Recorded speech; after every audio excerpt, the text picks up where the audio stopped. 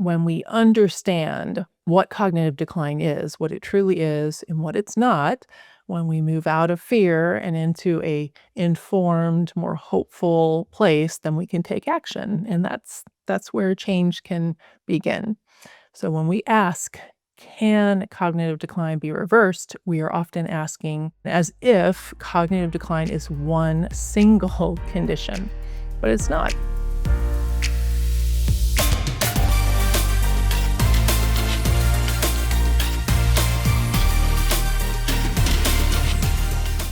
Hi, Dr. Cindy Libert here. Today's episode answers the question, can cognitive decline be reversed? If you're listening because you've noticed changes in your own brain function or thinking, or because you're worried about someone you love, I want you to hear this first. This is a very human place to be, and you're not alone.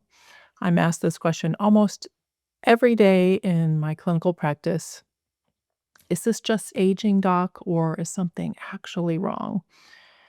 After more than 20 years of caring for patients and many, many years now of focusing deeply on brain health, I can tell you that the question, can cognitive decline be reversed, is so common. And it's almost never just a medical question. It often carries fear, uncertainty, and sometimes grief, and almost always this urgency to hold on to what makes us feel whole and live our lives fully. It's our ability to think clearly, to stay engaged, and to remain fully ourselves and in relationship with others and just to love others well. I'm thinking of a particular patient in his early 60s, a highly accomplished executive who came to see me with his wife because they both knew something was seriously wrong. He sat, I just remember him leaning forward in his chair the entire visit while his wife spoke often. She was just, very anxious, just very palpable in the room, the anxiety. And after a comprehensive evaluation, I diagnosed him with mild cognitive impairment, or MCI. It's a term that honestly doesn't do justice to what people are actually experiencing. There's nothing mild about mild cognitive impairment, and there's nothing early about the process. This particular patient, his PET scan raised a concern for Alzheimer's disease pathology. But what I remember most from that visit wasn't the scan or giving him that diagnosis. It was the moment he looked at me and said, "If I lose my brain, I lose everything." And this was a man who his brain had been his greatest gift and his asset in his life. His ability to think clearly, to lead, to provide financially, to solve complex problems. It wasn't just what he did, it was who he was. And as we talked, it became clear that he was grieving not just the memory loss, but he was facing the possible loss of his identity. And I felt the weight of that moment very deeply. I'm grateful, though, that we have a shared Christian faith, and I was able to meet him not just as a physician, but as a fellow believer, in acknowledging both the fear that he was carrying and those deeper questions underneath it about his identity. And that's why I say that this question is almost never just medical. It's about identity, it's about meaning and purpose. It's about holding on to what allows us to remain engaged and connected and fully present with the people we love. So, my goal today is not to alarm you or give you, false promises or promise quick fixes. What I do want to share with you is a perspective that's grounded in breakthroughs in modern neuroscience, and it's shaped by what I've seen again and again in my functional medicine clinical practice. Working with hundreds of patients over the last couple of decades with cognitive decline concerns. And so my hope, my prayer is to help you think about this question more clearly, more calmly, and more wisely, and have a greater understanding of what's actually possible when it comes to your brain. Because when we understand what cognitive decline is, what it truly is, and what it's not, when we move out of fear and into a informed, more hopeful place, then we can take action. And that's where change can begin. So when we ask, can cognitive decline be reversed? We are often asking the question as if cognitive decline is one single condition, but it's not. Cognitive decline is better understood as a signal, a message from the body and the brain that something is out of balance. So the more helpful question becomes, what is driving this person's brain, the decline? And are those drivers modifiable? And this is where the conversation can become deeply hopeful. Now, here's the first mental shift I want you to make around this topic is that cognitive decline is not a single disease. And aging itself is not the enemy. What we often call aging is really the long-term accumulation of biological stress. Stress on our metabolism, on our blood vessels, stress on the immune system, stress on our soul, our nervous system, the emotional, spiritual, psychological piece is really important to this, as in, any other condition, but in particular, the brain. The brain doesn't just suddenly fail one day. It adapts and adapts for years until it can't compensate anymore. And that's why exactly why, prevention, and in many cases, meaningful improvement is possible, but only when we understand what the brain actually needs to heal, to adapt, and to thrive. One of the most hopeful developments in modern medicine is that we now understand something about the brain that we didn't when I was in medical school. The brain is plastic, it is responsive, it is adaptive.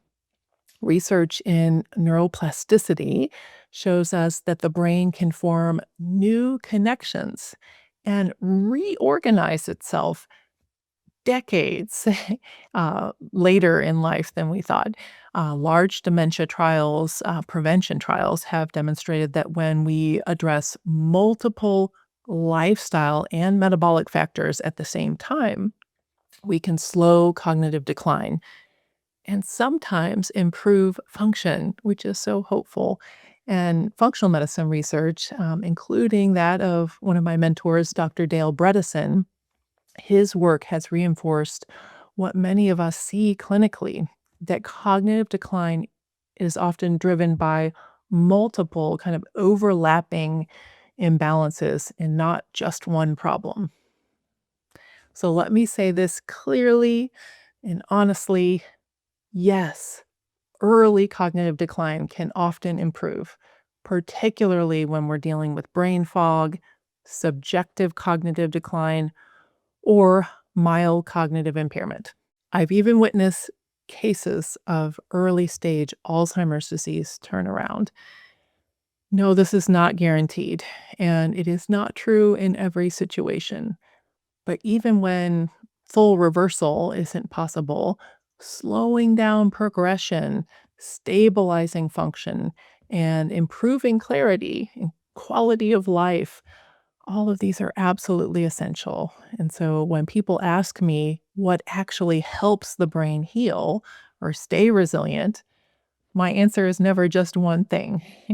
In most cases, cognitive changes reflect a convergence of stressors over time, including just a checklist of things that we address: chronic inflammation, from infections or inflammatory conditions, insulin resistance and metabolic dysfunction through blood sugar dysregulation, hormone shifts, lack of the sex hormones as we age, sleep disruption and circadian rhythm disruption, vascular changes to that delicate inner lining of our endothelium in the inside of our blood vessels, nutrient insufficiencies, toxic exposures from heavy metals and mycotoxins and environmental toxins, and then chronic stress and the nervous system overload that we're all faced with living in the modern world.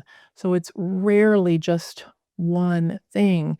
Which is really why we have to just focus on all these pillars. And while we don't expect or require people to obtain perfection in any one of these pillars, we really do have to address all of them for the brain to respond. And so when you support yourself through addressing these multiple pillars, which I'm going to share with you, the brain can often respond.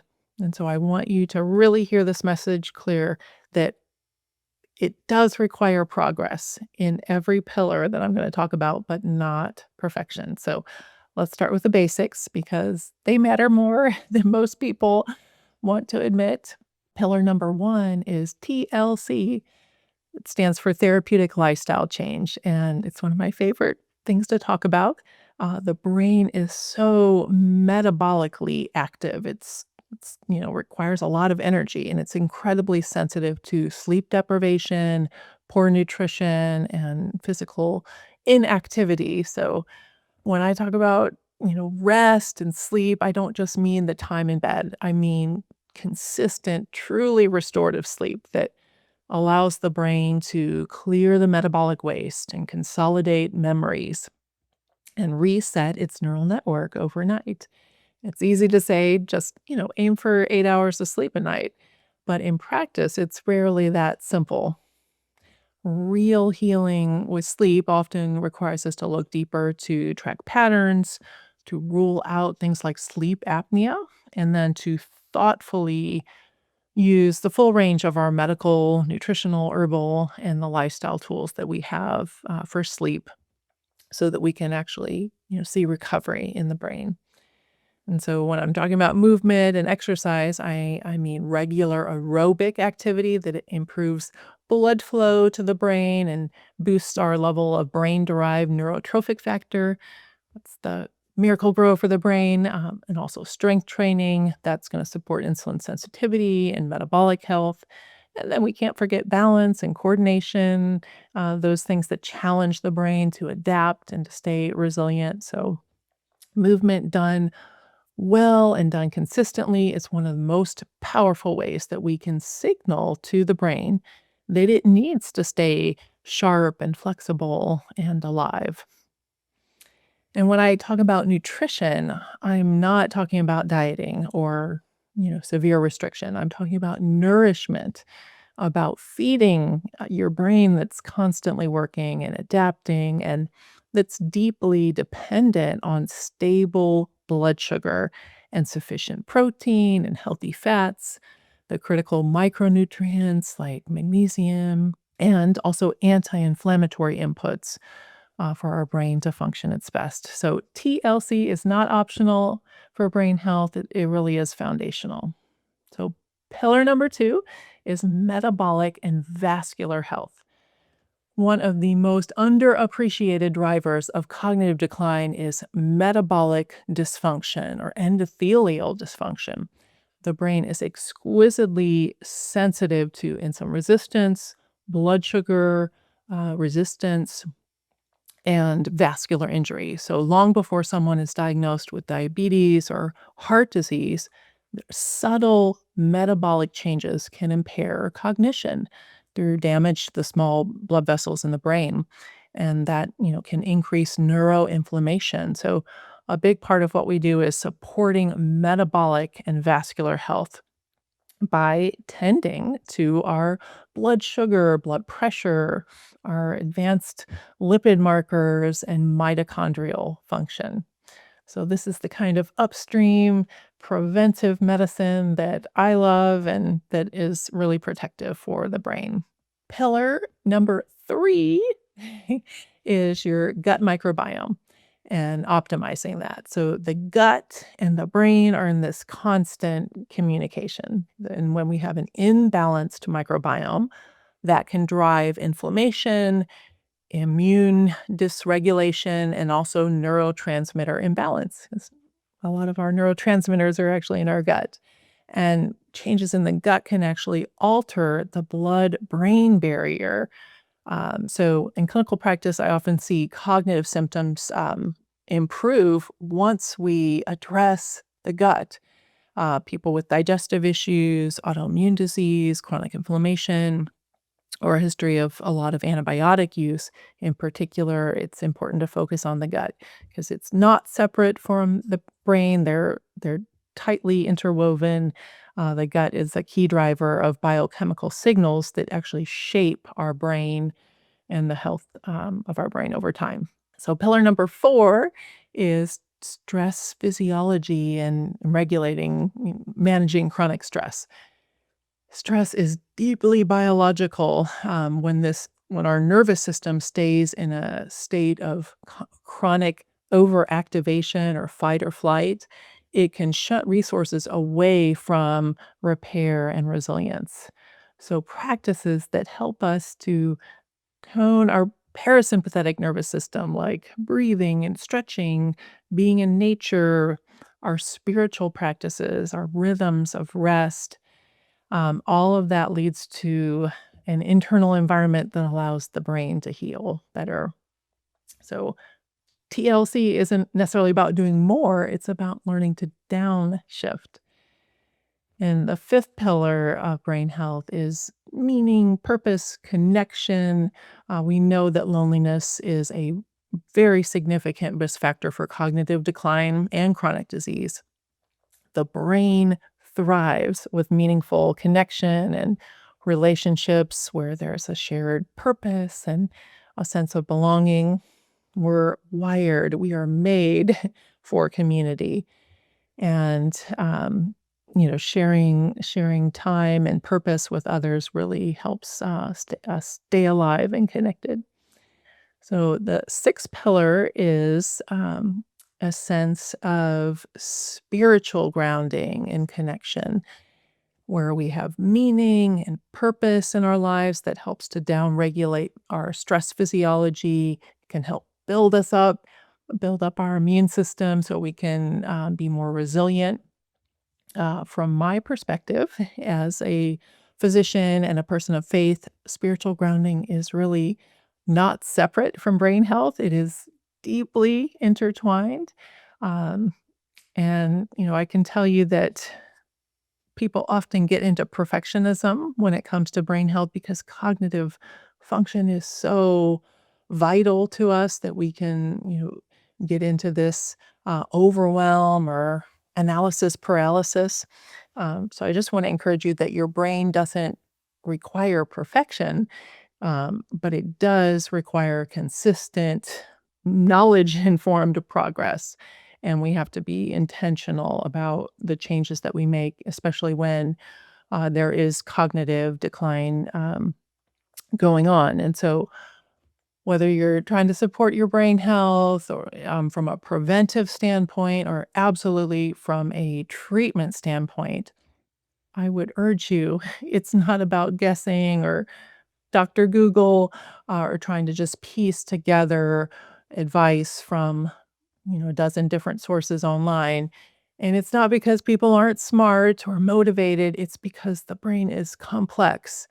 And doing this well means understanding which systems matter most for your brain, what your numbers are, knowing how to interpret that nuanced data, sequencing the interventions in a thoughtful way, and adjusting based on how you actually respond over time. So, what I see far too often in practice are people, patients coming in who've done their very best on their own, only to end up, just overwhelmed with a big giant bag of nutritional supplements and maybe being reassured by the wrong things while important, things go under the radar and unaddressed. So I just wanted to urge you that your brain is not something to experiment on.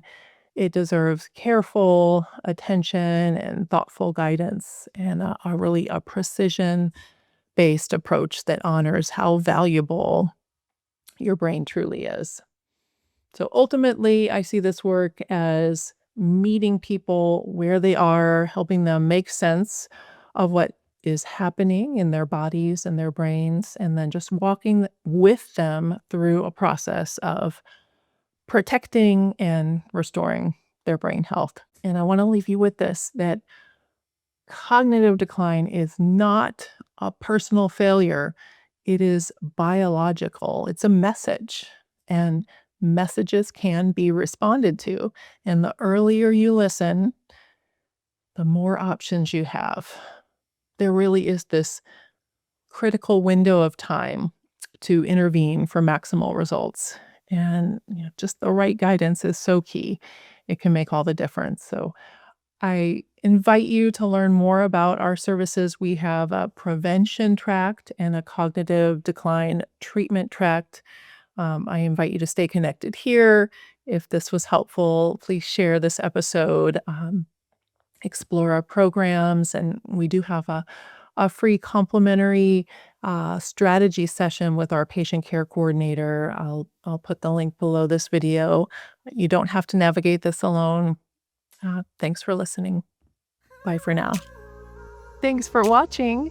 If you enjoyed this episode of Rethink Aging, please like, subscribe, and share it with someone you love. For more episodes and highlights from the show, you can check out more videos right here and here. I also invite you to join the Rethink Aging community at caringforthebody.org, where you can find more resources on how to better protect your brain, strengthen your body, and live with purpose. Thanks again for tuning in, and I'll catch you in the next episode.